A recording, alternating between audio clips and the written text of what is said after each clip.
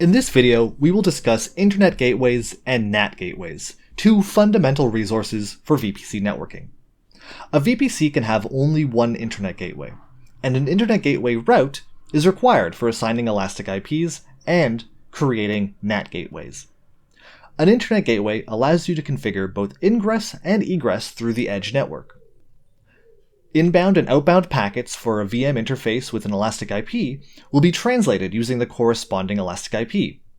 Outbound traffic for a VM without an elastic IP will be translated using the edge network's own IP.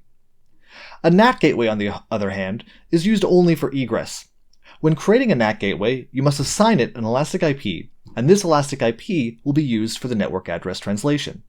Let's look at an example. In this example VPC, we have two subnets, a private one and a public one. The plan here is for the VMs in the public subnet to be assigned elastic IPs for both inbound and outbound access, and those in the private subnet to have access only outbound via a NAT gateway. Let's begin by creating the Internet Gateway. If we go to the Internet Gateway page, we can create a new Internet Gateway by clicking Create. We provide a name, and we select the VPC. Only one Internet Gateway can be created for each VPC. Once that's complete, we can go back to our VPC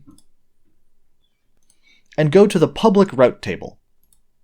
On our public route table, we'll create a new route, and this route will target the Internet Gateway. Now we're ready to create the NAT Gateway. From the NAT Gateway menu, we can create a NAT Gateway by providing a name, selecting a subnet. In this case, the NAT gateway, although it's serving the private subnet, will be placed on the public subnet, so it has access to the edge network via the Internet Gateway we just created. Finally, we associate an elastic IP with the NAT gateway. This will take some time to spin up. When it's ready, the state will change to available. Now that it's ready, we can go back to the VPC and go to the private route table. Here we'll add another route, this time targeting the NAT gateway.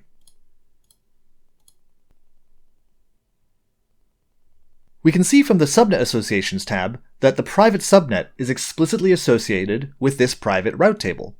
That means that VMs on the private subnet will route via the NAT gateway, as per the rule we just entered.